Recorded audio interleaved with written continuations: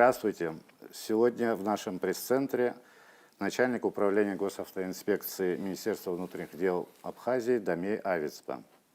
Довольно-таки регулярно мы встречаемся в нашем эфире, поскольку дорожно-транспортная обстановка всегда очень актуальна. Вот первое, расскажите, какова обстановка общая на наших дорогах в разгар летнего курортного сезона? Каким образом вы выстраиваете работу, чтобы на наших дорогах было стабильно, безопасно? Ну и немного статистики по результатам прошедшего полугодия или вообще там сравнительной статистики. Добрый день, Гарри. Добрый день, уважаемые журналисты. Приятно находиться здесь у вас сегодня в гостях. Если говорить о работе госавтоинспекции, хочу начать с такого. Руководством страны и руководством Министерства внутренних дел максимально уделяется внимание нашей работе, потому что, вы знаете, на наших дорогах происходят дорожно-транспортные происшествия, к сожалению, и со смертельным исходом. Если говорить о сегодняшней ситуации, каждый год у нас летний курортный сезон, количество транспорта, которые приезжают к нам в Абхазию, очень большое. Июнь месяц был менее слабый, а вот с 10 июля мы наблюдаем вот прям сильный поток в наше направление. И это видно и в соцсетях, люди выкладывают на границе, какая ситуация происходит. В этом направлении, конечно, к летнему курортному сезону сотрудники госавтоинспекции, как и столичные, как и районные, и по республиканской трассе переходим мы в усиленный режим. То количество сотрудников, что есть, мы максимально стараемся сделать так, чтобы на наших дорогах было меньше затора, было меньше дорожно-транспортных происшествий, особенно со смертельным исходом. Если говорить о статистике, хотел бы озвучить такую вещь, потому что очень многие задают вопрос, как повлияли камеры фото-видеофиксации, которые установили по нашей республиканской трассе. Если брать 2021 год, 2022 год и 2023 год, то есть я 3 года хочу соединить, то было 582 дорожно-транспортных происшествий, при которых погибло 163 человека и получили ранения 806 человек. Брать статистику уже когда установили камеры в 2024 году, в марте месяце, когда уже полноценно по всей республиканской трассе от Псоу до Ингури было установлено 27 камер, которые фиксируют все эти нарушения, то количество дорожно-транспортных происшествий было в количестве 372 ДТП, при которых погибло 113 человек и получили ранения 481 человек. В сравнении получается на 210 дорожно-транспортных происшествий меньше, погибших на 50 меньше и раненых на 325 меньших. Говорить, что камеры не повлияли, это неправильно. И мы здесь, когда были ранее с министром внутренних дел, мы здесь были у вас в эфире, мы говорили, после того, как установят камеры, моментально ситуацию изменить невозможно.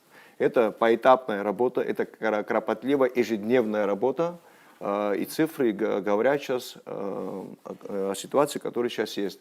У нас еще есть видение, где и в каких местах еще можно дополнительно поставить камеры.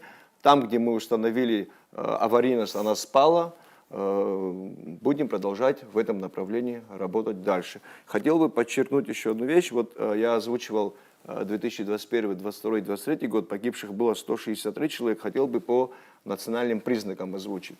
Погибло абхазов 105, армянской национальности 24 и русские 13. Если брать статистику 24, 25 и 26 год за 6 месяцев, погибло 66 абхазов, здесь русских 27 и армянской национальности 15. Вот такую статистику тоже я хотел бы в развернутом виде дать. Ну, в общем, а вот эти камеры фото-видеофиксации, они же многофункциональны, но они на сегодняшний день работают только на скорость в основном, да? Камеры, которые установлены по нашей республиканской трассе, имеют много функций. Он фиксирует скоростной режим, фиксирует разговор по телефону, ремни безопасности и пересечение сплошной линии. На сегодняшний день мы можем выписывать штраф и постановление вручать нашим водителям только за превышение скорости. В этом направлении ведется тоже работа. Ждем Кабинета министров постановления. Когда в силу вступит, мы уже в этом направлении тоже будем работать. Журналисты, вопросы? Зураб Аргун, агентство «Интерфакс». Скажите, пожалуйста, какая работа ведется по упорядочению парковок в городе Сухум? Иногда из-за них и на оживленных участках возникают заторы. И что предусматривается сделать по улучшению этой ситуации? Скажу вам следующее, может, немногие знают, я об этом уже говорил неоднократно. Количество транспорта, который зарегистрирован в Абхазии, составляет 82 тысячи. Это без машин с российскими номерами, которые тоже находятся постоянно. Количество их тоже где-то до 10 тысяч. В общем, транспорта в Абхазии где-то 90 тысяч. Если говорить о столице города Сухум, зарегистрировано в городе Сухум 31 тысяч машин. Помимо этого, люди, которые проживают по прописке в других районах, тоже многие находятся именно в столице. И количество транспорта для такого города неизбежно, чтобы не было пробок.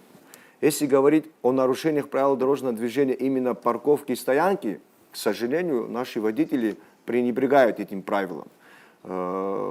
Понимая, что такое количество транспорта и так грубо нарушать, вы сами наблюдаете, я сам водитель наблюдаю часто на пешеходном переходе, на проезжей части, на перекрестках, при этом создавая аварийную ситуацию. Да, там человек едет, не видит, как свернуть, обзор закрывается.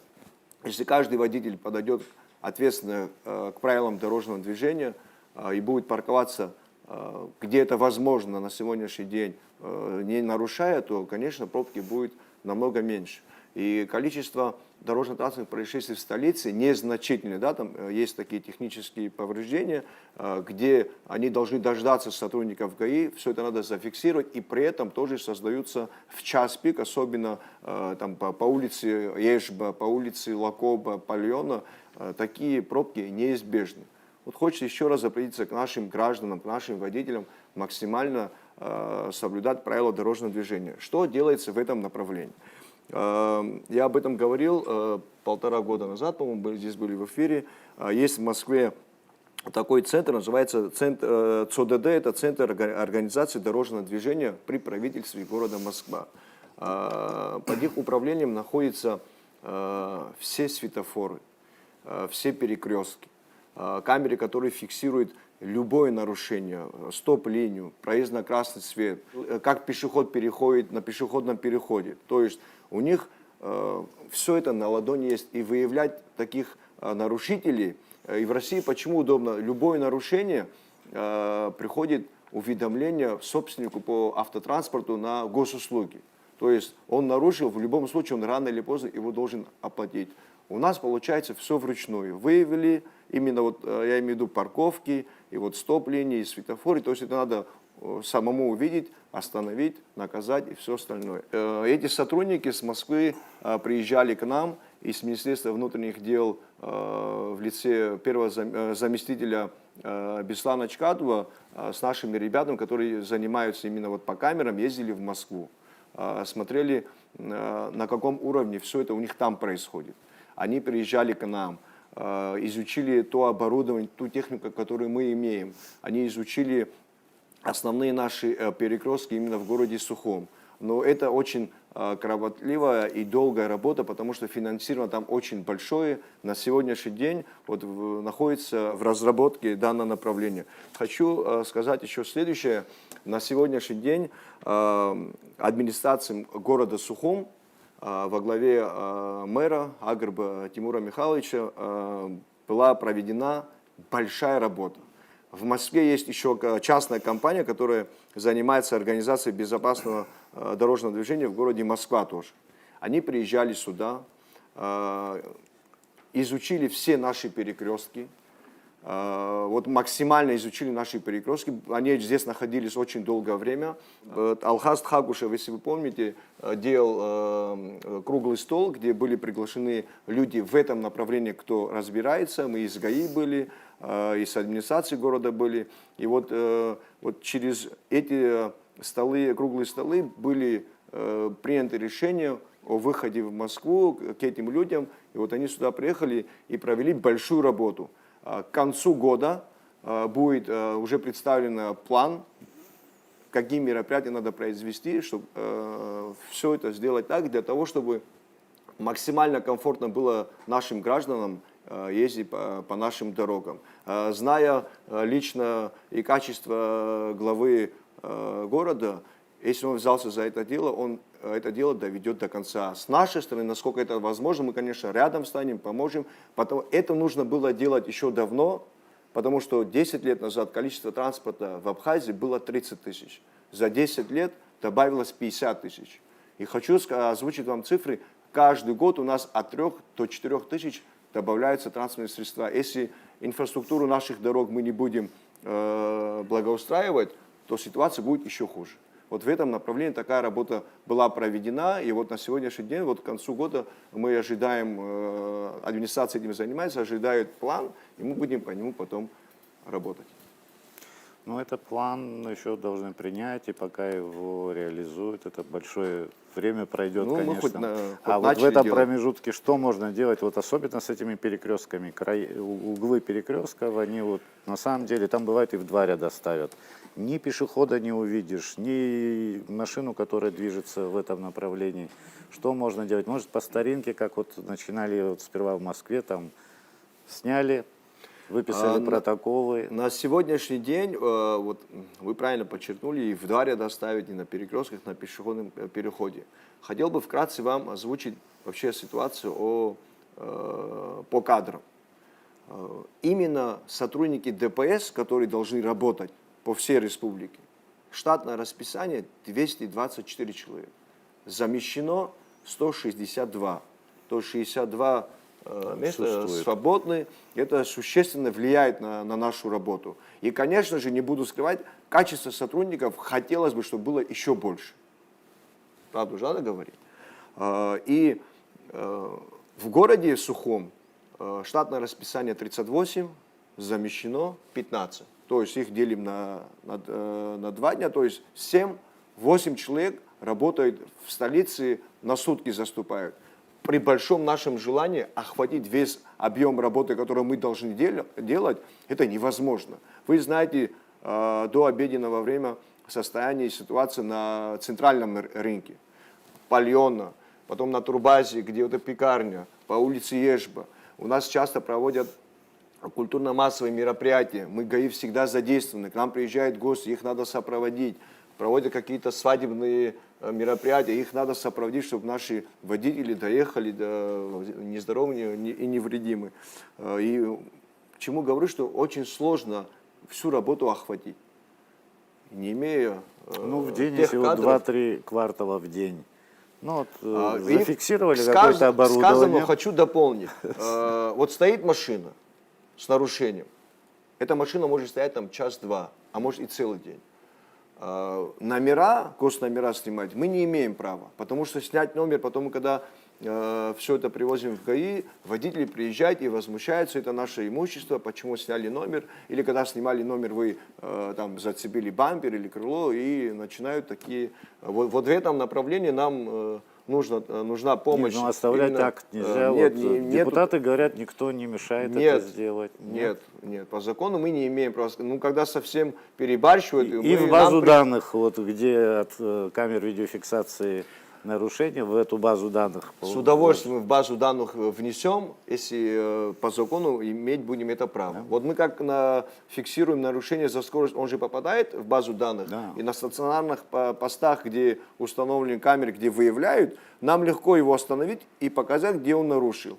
Вот как я раньше говорил, да, вот центр ЦОДД в Москве, который есть, у них в день в городе Москва выезжают 2200 машин, ну, это которые ездят стоят камеры по всему кругу и фиксируют такие нарушения, как парковки. Вот когда мы сможем дойти до такого уровня и будем фиксировать все эти нарушения, и мы будем в базу их загонять и по трассе их останавливать и показывать, что у него есть не только штраф по скорости, по и парковкам. То есть эта практика тихо-тихо приведет к тому, что водитель будет соблюдать правила дорожного движения. Я все ваши замечания, мы это прекрасно понимаем и видим, но еще раз повторюсь, имея такое количество людей и такую технику, очень сложно всю работу выстроить. Хотя бы когда точечно, все равно человек понимает, что нет-нет, да его могут Но мы наказать. точечно выписываем в год где-то от 1000 до 1500 нарушений за парковку. И говорить, штраф там, если он оплачивает в течение 5 рабочих дней, составляет 600 рублей. Ему несложно прийти, оплатить 600 рублей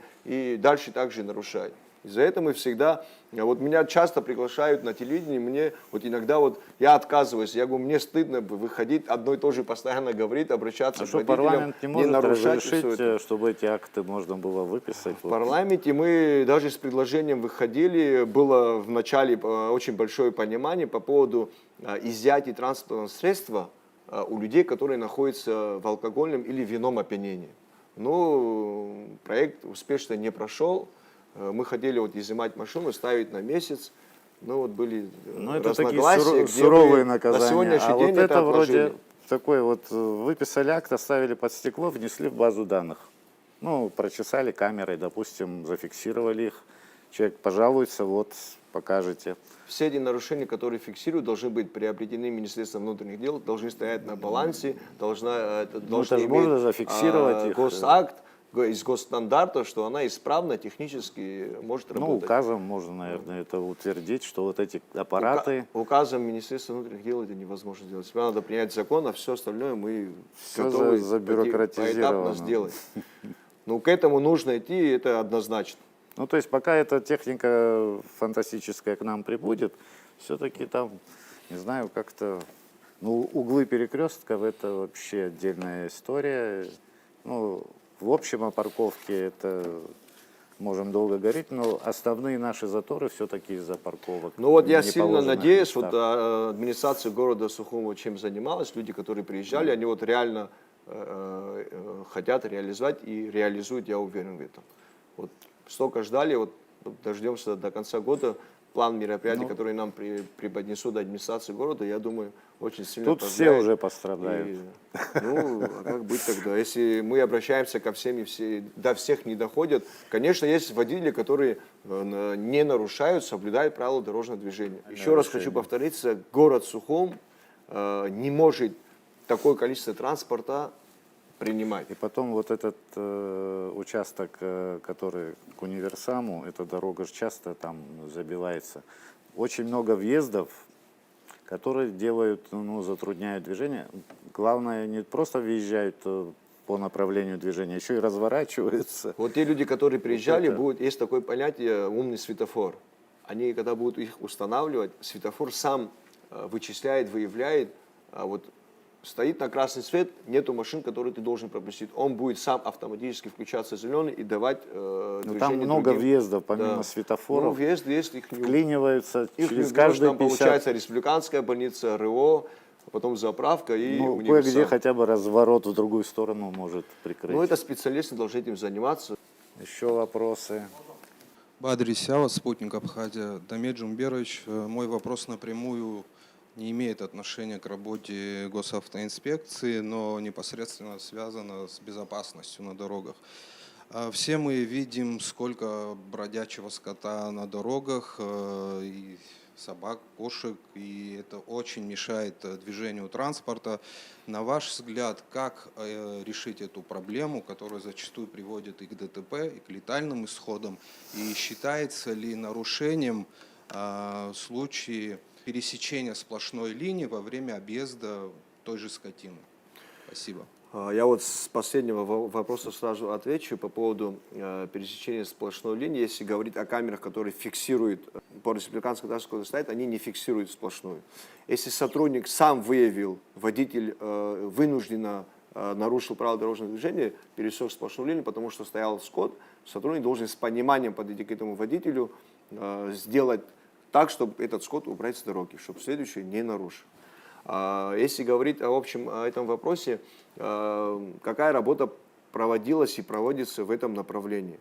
Я и сам, как водитель, часто езжу по республиканской трассе и вижу такую ситуацию. И очень часто, кстати, бывают дорожно-транспортные происшествия, когда скот выбегает или стоит, водитель не смог среагировать. Ночное время особенно. Да, особенно в ночное время.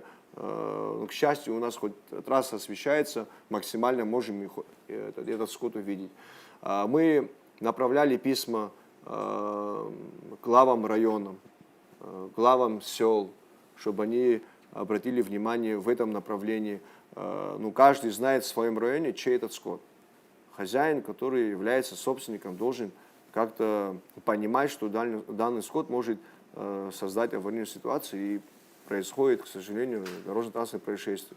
Мы этим занимаемся, потом, когда определенное время проходит, об этом забывают. И вот мы периодически, постоянно обновляем эту информацию. Скот, знаете, летом, когда жарко, выходит на трассу, где тень стоит, и когда машина проезжает, им комфортно там находиться. Ну, максимально, насколько правильно. Но вот Российской Федерации давно они обязали хозяев хотя бы вот эти светоотражающие. Мы, кстати, да, я заказывал, ночью привозил, хотя бы. раздавал на шею одевать такие светоотражающие, чтобы ночью мы можно давали. И были хозяева, которые не хотели такие ленты одевать на свой скот. В городской черте, понятно, животных точно не должно быть, но за городом с этим трудно бороться. Но вот хотя бы вот такие светоотражающие должны быть. Алексей Шамба, Абсный пресс. Можете назвать наиболее аварийные участки республиканской трассы? И что делаете, чтобы снизить вероятность таких аварий? Самые аварийные участки дороги, на первом месте всегда были Гагрский район и Гудаутский район. Они вот всегда как-то между собой вот меняли местами. Вот если сейчас говорить о статистике, вот за 6 месяцев у меня есть отчет, по Гагрскому району всего ДТП 21, в Гудаутском 9.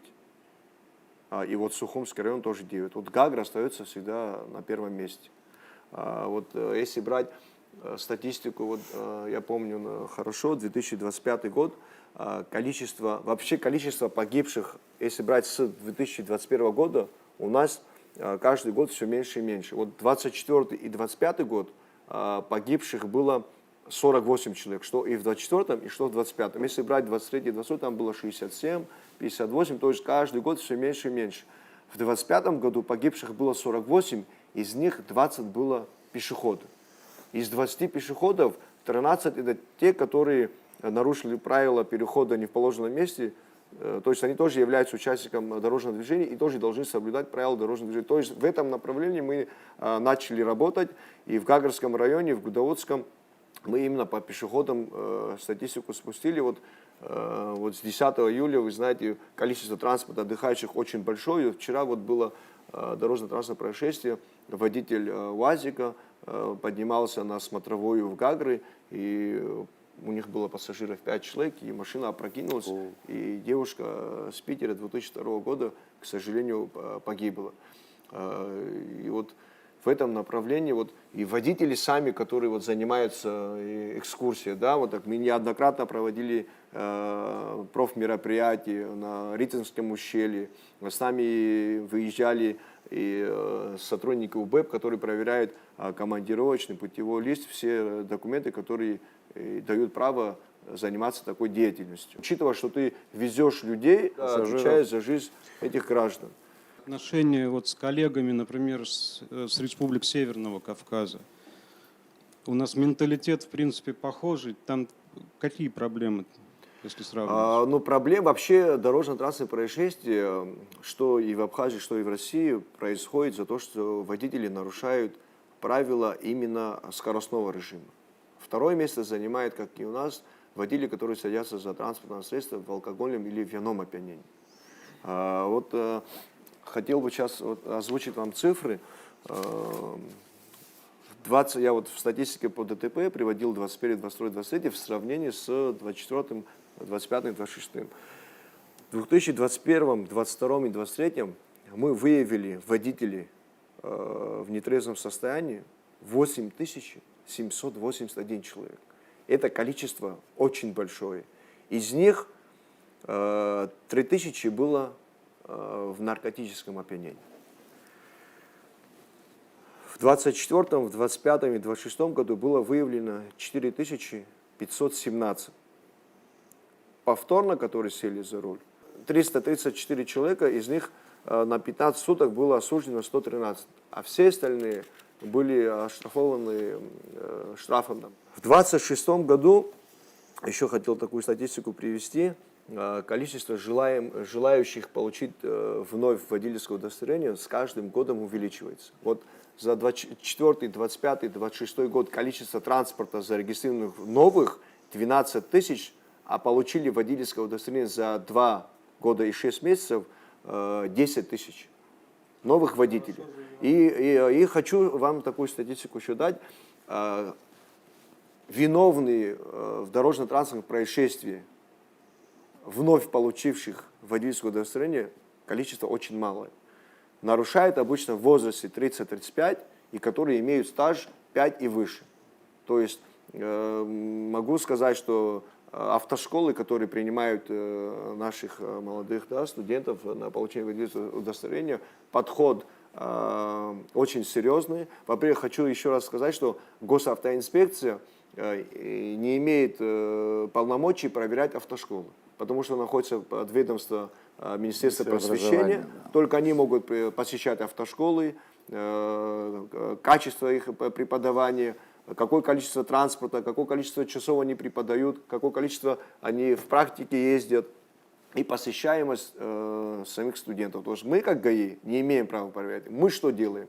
Когда каждая автошкола преподносит списки, которые включены в список и через 2 месяца придут к нам на сдачу, вот они, когда приходят на сдачу, мы выводим в течение года количество пришедших и сдавших, если не будет превышать 60%, мы пишем письмо в Министерство просвещения, они выносят потом решение. Если меньше 60%, то лицензия у автошколы изымается. Вот в этом направлении мы большую работу провели.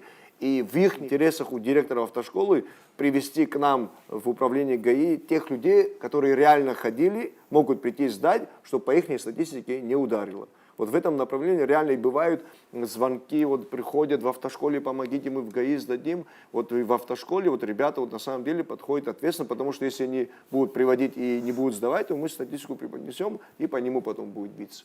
В этом направлении вот молодые, которые получили вот ближайшие 5 лет, вот, где они виновны в ДТП, очень маленькая. Это надо говорить честно, мы постоянно мониторим, смотрим за этим. К сожалению, нарушители это вот не по незнанию, а вот они знают и нарушают, как правило, да, вот 99% тех, кто нарушает. У любого водителя спросишь, он знает правила дорожного движения лучше, чем ты. Но в практике мы видим... Кто не знает, что скоростной нельзя нарушать режим или сплошную. И, кстати, сейчас в последнее время очень часто и мы наблюдаем, и очень часто нам в дежурную часть звонят, и наши родственники в ночное время, сейчас очень модно стало, молодежь управляет транспортом, который очень сильно влияет именно ночью. Вот по улице Лакоба, по улице Ардзаба, да, там у нас пожилые люди, больные люди, есть дети, да, там в 1-2 часа ночи, я не знаю, очень что они там делают. Машины, или да. машины такие с завода, или потом здесь они дополнительно какую-то функцию делают, что он едет вроде бы тихо, а звук очень большой.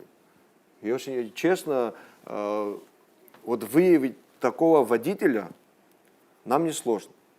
Но мы же должны административный протокол выписать. То есть за такое нарушение, там 117, час 5, есть там агрессивная езда, в этом направлении можем от 3 до 6 сделать. Есть такой аппарат, который называется шумомер, который проверяет через выхлопы, какой он выхлоп выдает. В законодательстве мы сейчас вот проект этот отправили, чтобы они узаконили, мы эти аппараты уже заказали. На сегодняшний день вот есть там статья, которую можно вот применить по водителям. Штраф составляет 60 рублей.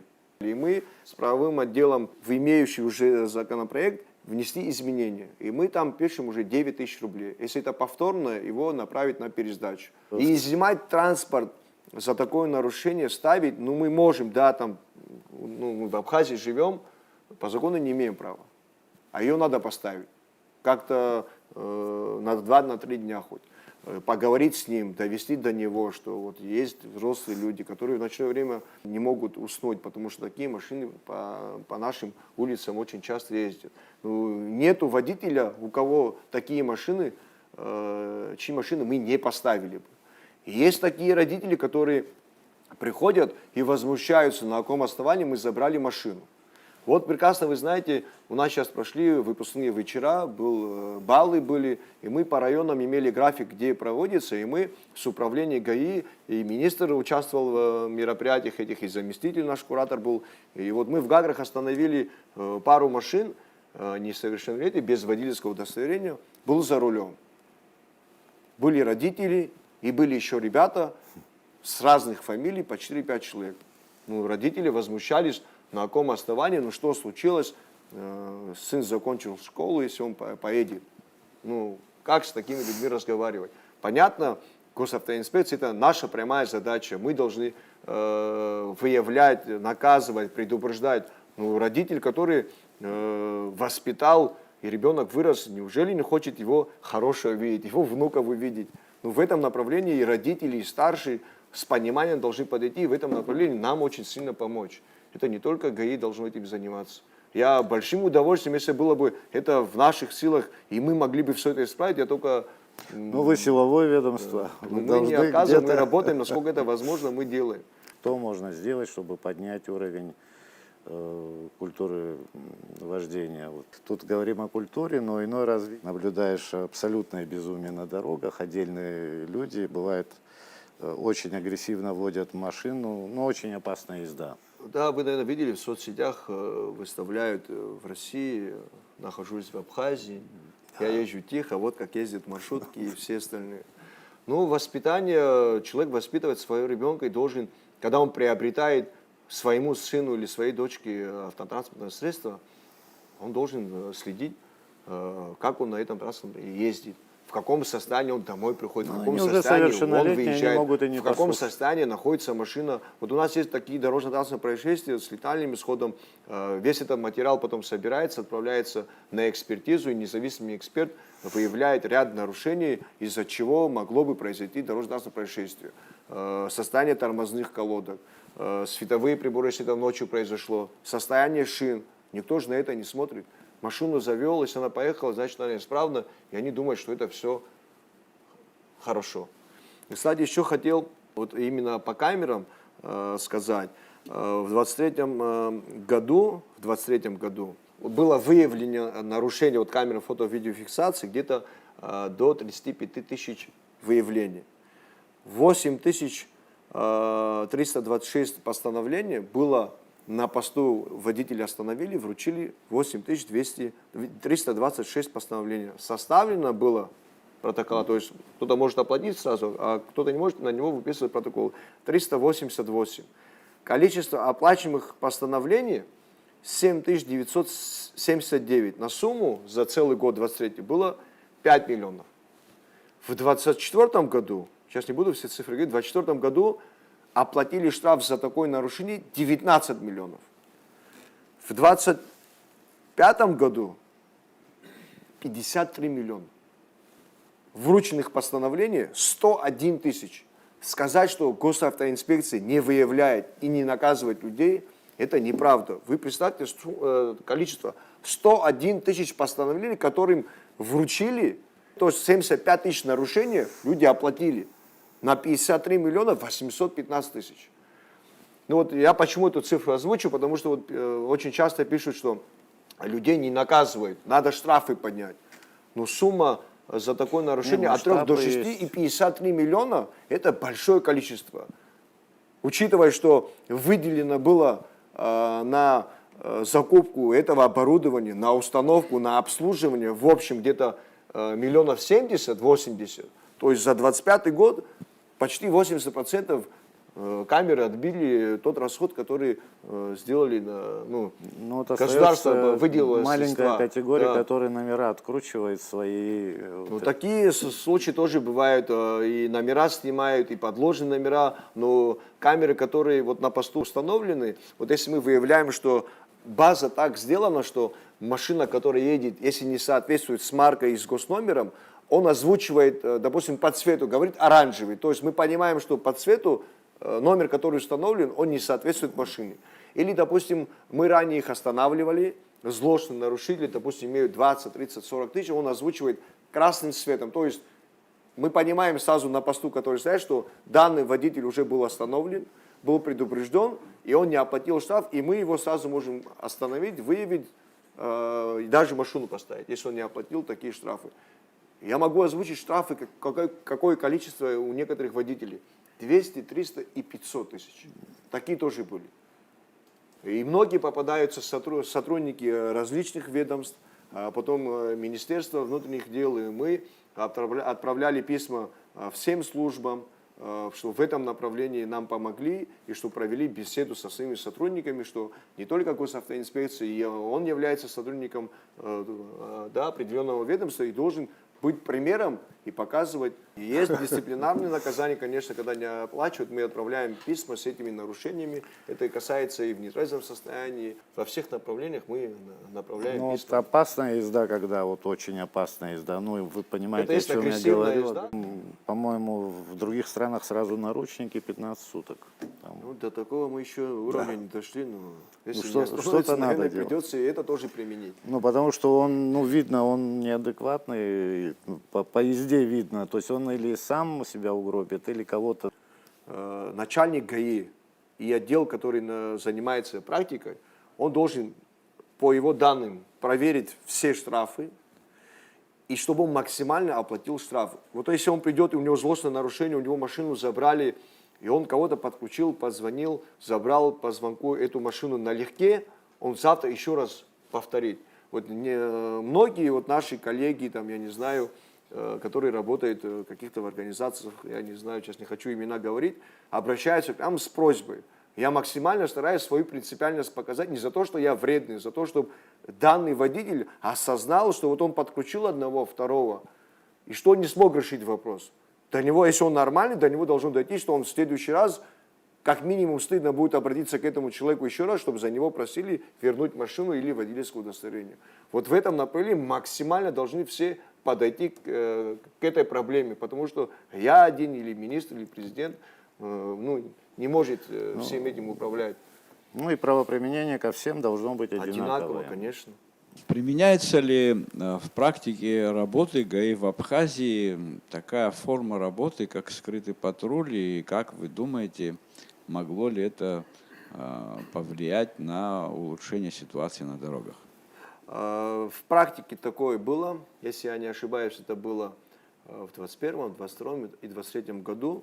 У нас были большие проблемы. Во-первых, кадры нужны были, и нужны были транспортные средства, не спецмашины, а частные.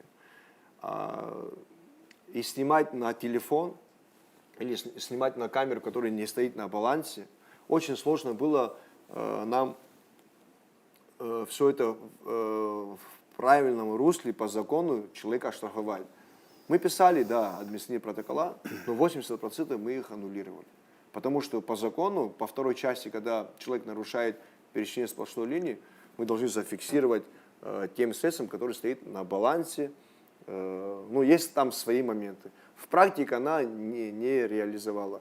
И министр внутренних дел всегда на совещании говорит всем начальникам управления на своих служебных транспорте, когда ездят на синих номерах или на своем личном транспорте, когда такие нарушения видят, передавать на посты.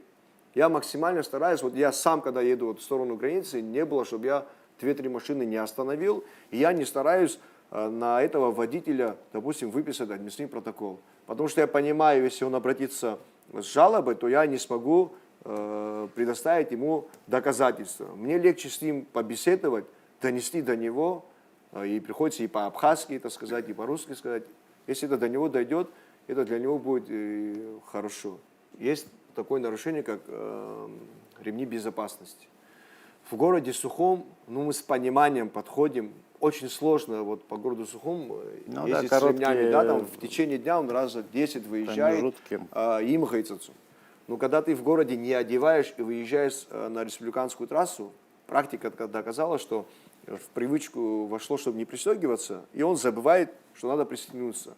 А при дорожно-транспортном происшествии, это мировая практика показала, те люди, которые пристегнуты, сохранить жизнь по процентности имеют больше. И это теперь зависит от каждого человека. Раз о патрульной службе заговорили, какова роль сегодня патрульной службы? Ну, патрулирование вообще же есть. И оснащены ли они нужными техническими средствами? Вот есть ГАИ районов, да, там в Каграх есть начальник ГАИ, в Кутаутах, в Кузрыбшах, в Сухумском районе. Внутри, именно в летний курортный сезон, и даже не в летний, внутри в столице у них работы достаточно. Когда есть свободное время и есть транспорт, у них есть определенный маршрут, где они патрулируют. И есть у нас еще в управлении ГАИ своих машин, 10 машин. Ну, это спецрота, которая занимается спецсопровождениями, приезжают гости, сопроводить детей, я не знаю, там, разные мероприятия. Но количество топлива, которое тратится, очень большое. И на сегодняшний день в Абхазии, вы знаете, с топливом, и вот как-то мы стараемся как-то вот и на трассу выехать, и в городе поработать, и в ущелье заехать, и в Пицунду заехать, в Гагру заехать, помочь. Ну, объем работы, вот реально я вам говорю, очень большой. Работа очень, во-первых, неблагодарная. Отток сотрудников с ГАИ больше, чем те, которые приходят. А если они оснащены камерами, тогда эффективнее они, конечно, будут работать. Есть камеры, есть где стоят установленные камеры, они в пути следования, когда фиксируют нарушение, могут выявить и распечатать, и показать. Вот если вот более автоматизированная работа будет, мне кажется, сотрудники не будут так более уходить. Вот Это вот они ближайшее устают больше. время, от... год-два, все надо перейти на автомат. Водителю сложно будет потом оспорить, что он не нарушил. Где готовят сотрудников ГАИ? У нас в школе милиции или в российских учебных заведениях? Сотрудники госавтоинспекции, есть у нас школа милиции, сейчас он уже выше получает образование там. В этом году там обучаются 4 года. После 2 или 3 курса они уже выбирают направление, там, участковым, следователем или сотрудникам ГАИ. Вот в этом году сотрудниками ГАИ окончили 6 человек. Но желающих пойти в ГАИ оказалось 3 человека. 2 это в город и 1 в Гаграх. Потому что он в Гаграх проживал. Все остальные уволились. Я не знаю их судьба, куда они перешли.